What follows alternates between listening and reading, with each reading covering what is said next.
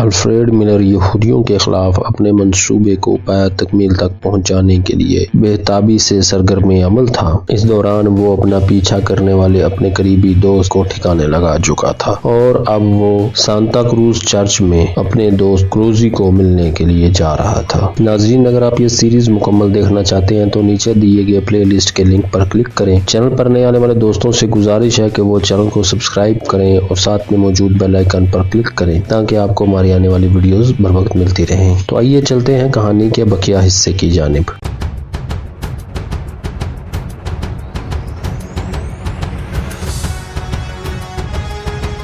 Arch bishop innocent کروزی طویل قامت، دبلا پتلا سا آدمی تھا۔ سیاہ داڑھی اس کے چہرے پر بہت سج رہی تھی۔ اس نے سیاہ لباس اوڑھ رکھا تھا جو چلنے میں ہوا سے اس کی پشت پر لہرا رہا تھا۔ اس کی آنکھیں بھی بالکل سیاہ تھیں جن میں عجیب سی چمک تھی۔ دونوں بھویں آپس میں ملی ہوئی تھیں جو اس امر کی غماز تھیں کہ وہ اپنی بات منوانے کا عادی تھا۔ اس کی پیشانی کشادہ اور ناک قدرے لمبی تھی۔ اسے دیکھ کر آنکھوں کے سامنے فوراً ہی قبرص کے پہلے صدر میں کارلوس کی تصویر ابھر آتی تھی۔ کروزی کو اخبارات میں تصویریں چھپوانے کا شوق نہیں تھا۔ اس کی آخری تصویر اگرچہ کئی سال پہلے کسی اخبار میں چھپی تھی لیکن اسرائیل کی انٹیلیجنس ایجنسی موساد کی فائل میں اس کی وہ تصویر محفوظ تھی اور موساد کی فائل میں اس کی یہ تصویر ایک خاص مقصد کے تحت رکھی گئی تھی۔ باوقار اور پرکشش شخصیت کا مالک عیسائی پادری کروزی ایک خطرناک دہشت گرد تھا۔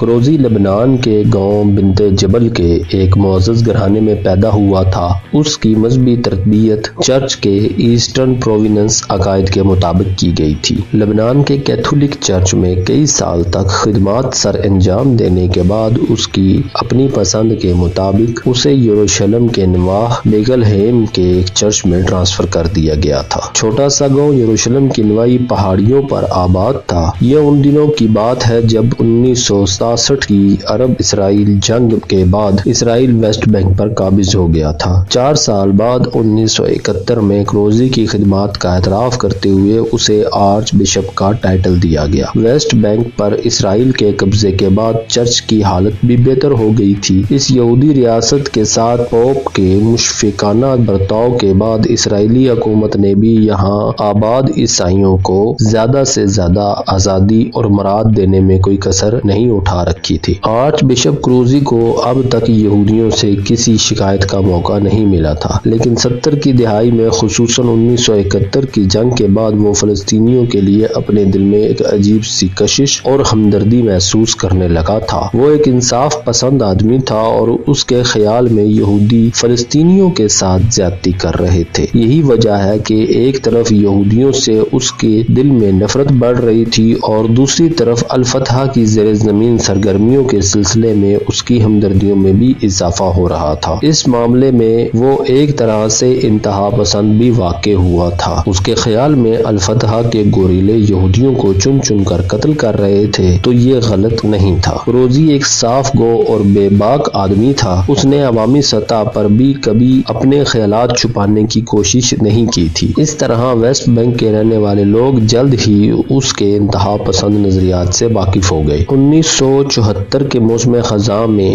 جبکہ وہ میرونائٹ چرچ کے سربراہوں کی ایک کانفرنس میں شرکت کے لیے بیروت گیا ہوا تھا، نوجوان عربوں نے اس سے خفیہ طور پر رابطہ قائم کیا۔ ان دونوں نے اپنے آپ کو الفتح کے افسران کی حیثیت سے متعارف کرایا تھا۔ فلسطینیوں کی بھرپور حمایت پر ان عرب نوجوانوں نے اس کا شکریہ ادا کرتے ہوئے اس سے ایک عجیب و غریب درخواست کی تھی۔ انہوں نے بتایا کہ اسرائیل میں موجود فلسطینی حریت پسندوں کو جو سب سے بڑا مسئلہ درپیش تھا وہ ہتھیاروں کے حصول میں حائل ہونے والی مشکلات تھی۔ اسرائیلی فوج اور دیگر سیکورٹی ایجنسیوں نے سرحدیں بڑی سختی سے بند کر رکھی تھیں۔ سرحد پر لگائی گئی تاروں کی باڑ میں نہ صرف یہ کہ 24 گھنٹے برقی رو دوڑتی رہتی تھی بلکہ مسلح فوجی بھی گشت کرتے رہتے تھے۔ بارودی سرنگیں، راڈار یونٹس اور الیکٹرانک سینسرز اس کے علاوہ تھے جو اسرائیل کی پوری سرحد پر قائم تھے۔ بن گورین ایئرپورٹ سمیت اسرائیل میں داخلے کے تمام راستے اور دریائے اردن پر واقع تمام پلوں پر اس قدر سخت حفاظتی انتظامات اختیار کیے گئے تھے کہ بلی کا بچہ بھی ان کی نظروں میں آئے بغیر اسرائیلی حدود میں داخل نہیں ہو سکتا تھا۔ بیروت میں واقع الفتح کے ہیڈ کوارٹر کو مقبوضہ فلسطین میں اپنے حریت پسندوں کو اسلحہ اور دیگر دھماکہ خیز مادہ پہنچانے میں دشواریاں پیش آ رہی تھیں، بلکہ حقیقت تو یہ تھی کہ اپنے حریت پسندوں کو اسلحہ کی سپلائی کا کوئی راستہ نہیں رہا تھا۔ ان دنوں عرب نوجوانوں کا خیال تھا کہ موسیو کروزی جب چاہے بلا روک ٹوک بیروت اور اسرائیل کے درمیان سرحد عبور کر سکتا ہے۔ وہ مہینے میں کم از کم ایک مرتبہ تو بیروت ضرور آتا تھا۔ کیتھولک چرچ کا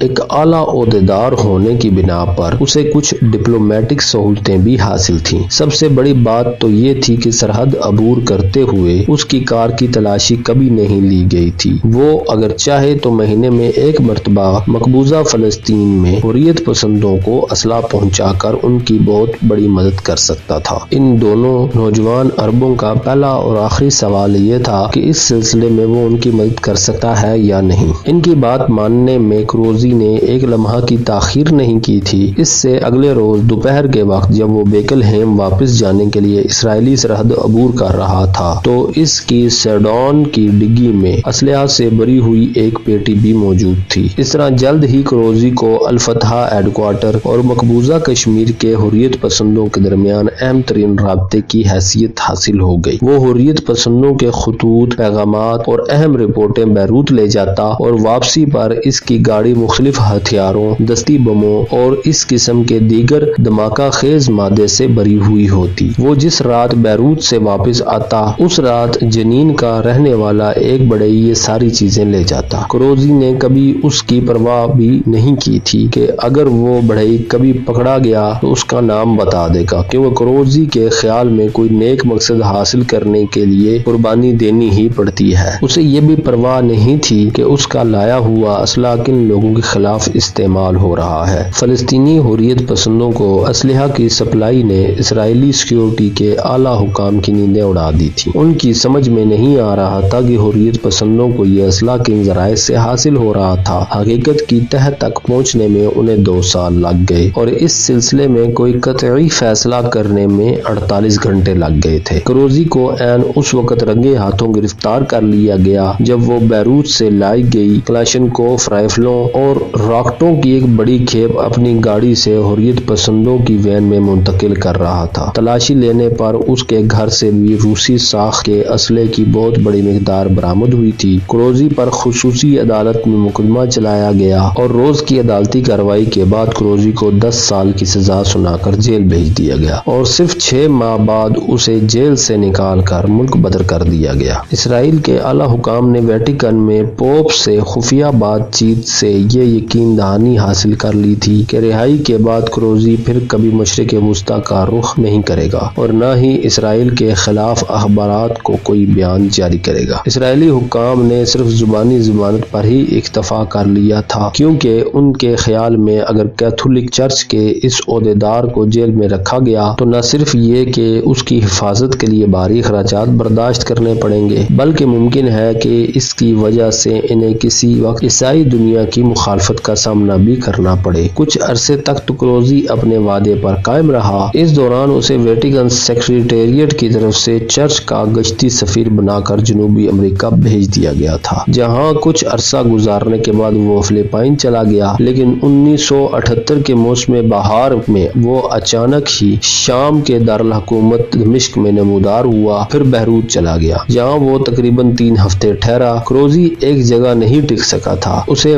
وقفے سے تہران، بغداد، طرابلس میں دیکھا گیا تھا۔ اس نے ہر جگہ اسرائیل کی غاصبانہ پالیسی کے خلاف اور فلسطینی حریت پسندوں کی حمایت میں بیان دیے تھے۔ دوسری طرف اسرائیلی انٹیلیجنس بھی اس پر مسلسل نگاہ رکھے ہوئے تھی، اور جب ایک روز اسرائیلی سیکرٹ سروس کے سربراہ جرمیاہ کی سیکریٹری کیتھی نے بیروت میں PLO کی سپریم کونسل کے الیکشن پر مشتمل رپورٹ کی فائل جرمیاہ کے سامنے رکھی تو فائل پڑھتے ہوئے اس کے منہ سے بے اختیار گہرا سانس نکل گیا اور وہ کیتھی کی طرف دیکھتے ہوئے بولا، تو کروزی کو PLO کی سپریم تعلیم کونسل کا رکن منتخب کر لیا گیا ہے۔ اس کا مطلب ہے کہ ہمیں کروزی پر زیادہ گہری نظر رکھنی پڑے گی۔ اس روز روم میں موجود موساد کے ایجنٹوں کو ہدایت جاری کر دی گئی کہ آرچ بشپ کروزی کی 24 گھنٹے نگرانی کی جائے اور اگر وہ کسی مشتبہ آدمی سے ملاقات کرے تو اس کی اطلاع فوری طور پر موساد ہیڈ کوارٹر کو دی جائے۔ اور یہ اس نگرانی کا نتیجہ تھا کہ اس روز ایک اسرائیلی ایجنٹ نے کروزی کو ویٹیکن میوزیم میں ایک پراسرار نوجوان سے ملاقات کرتے ہوئے دیکھ لیا تھا۔ لہذا اس روز دوپہر کے بعد جب کروزی ویٹیکن سے نکل کر سانتا کروز چرچ پہنچا تو درمیانی عمر کا ایک گنجا شخص بھی اس کا تعاقب کرتا ہوا چرچ میں داخل ہو چکا تھا۔ اس شخص نے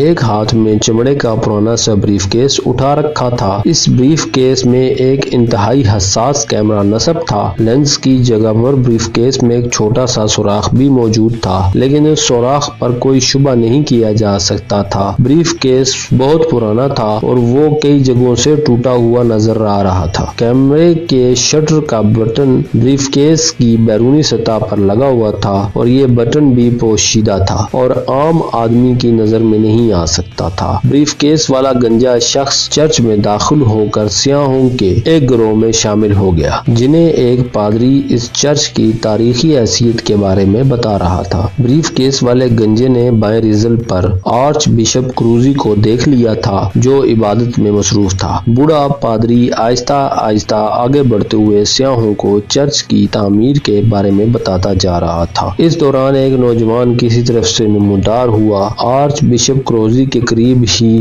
گھٹنوں کے بل بیٹھ گیا۔ اس کا انداز ایسا ہی تھا جیسے وہ یہاں عبادت کے لیے آیا ہو۔ کروزی نے ایک لمحہ کو اس نوجوان کی طرف دیکھا اور پھر عبادت میں مصروف ہو گیا۔ گنجے آدمی نے بریف کیس دائیں ہاتھ میں منتقل کر لیا اور نہایت آہستگی سے بریف کیس پر لگا ہوا بٹن دبا دیا۔ کلک کی ہلکی سی آواز ابھری، لیکن گنجے کو یقین تھا کہ یہ آواز اس کے علاوہ کسی اور نے نہیں سنی ہوگی۔ بریف کیس والا گنجا شخص ایک محرابی کھڑکی کے سامنے رک گیا۔ اسے سمجھنے میں دیر نہیں لگی تھی کہ آرچ بشپ کروزی سے ملاقات کرنے والا وہ نوجوان کسی اہمیت کا حامل ہے، کیونکہ صبح ویٹیکن میوزیم میں بھی کروزی سے ایک مختصر سی ملاقات کر چکا تھا۔ وہ ملاقات غالباً سیکیورٹی چیک کرنے کے لیے تھی اور یہ اصل ملاقات تھی جس میں یقیناً اطلاعات کا تبادلہ کیا جا رہا تھا۔ اب ہم چینل آف ریلیکس میں چلیں گے، بوڑھا پادری سیاحوں کو مخاطب کرتے ہوئے کہہ رہا تھا،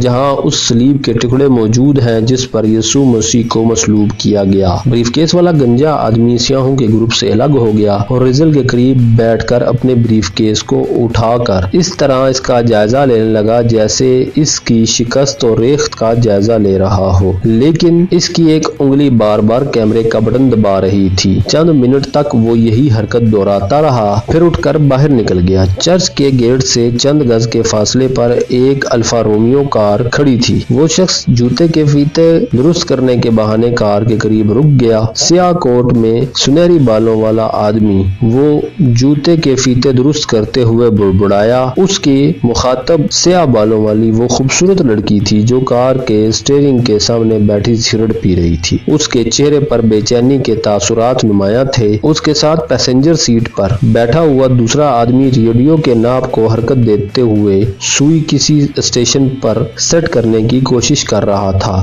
گنجا آدمی اپنا پیغام پہنچانے کے بعد سیدھا ہو گیا اور ٹہلنے والے انداز میں چلتا ہوا آگے نکل گیا۔ اب اسے کروزی سے کوئی دلچسپی نہیں رہی تھی کیونکہ اصل آدمی اس کی نظروں میں آ گیا تھا۔ وہ مطمئن تھا کہ اس کے جانے کے بعد کار میں بیٹھی ہوئی لنڈا اور اس کا ساتھی ایمل اس پراسرار نوجوان کو نگاہوں سے اوجھل نہیں ہونے دیں گے۔ وہ دونوں موساد کے بہترین ایجنٹوں میں شمار ہوتے تھے۔ دوسرے دن شام سے کچھ پہلے روم میں موساد کے ایجنٹ کی تفصیلی رپورٹ اور کچھ تصاویر کیتھی کے میز پر موجود تھیں۔ اس کے 2 منٹ بعد کیتھی دندناتی ہوئی جرمیاہ کے کمرے میں داخل ہو رہی تھی جہاں انٹیلیجنس کے ڈائریکٹرز کی میٹنگ ہو رہی تھی۔ ناظرین، اگر آپ کو یہ ویڈیو پسند آئی تو ویڈیو کو لائک کریں، شیئر کریں اور کمنٹس میں اپنی رائے کا اظہار کرنا نہ بھولیں۔ چینل پر نئے آنے والے دوستوں سے ایک مرتبہ پھر گزارش ہے کہ وہ چینل کو سبسکرائب کریں اور ساتھ میں موجود بیل آئیکن پر کلک کریں تاکہ ہمارے آنے والی ویڈیوز آپ تک بر وقت پہنچتی رہیں۔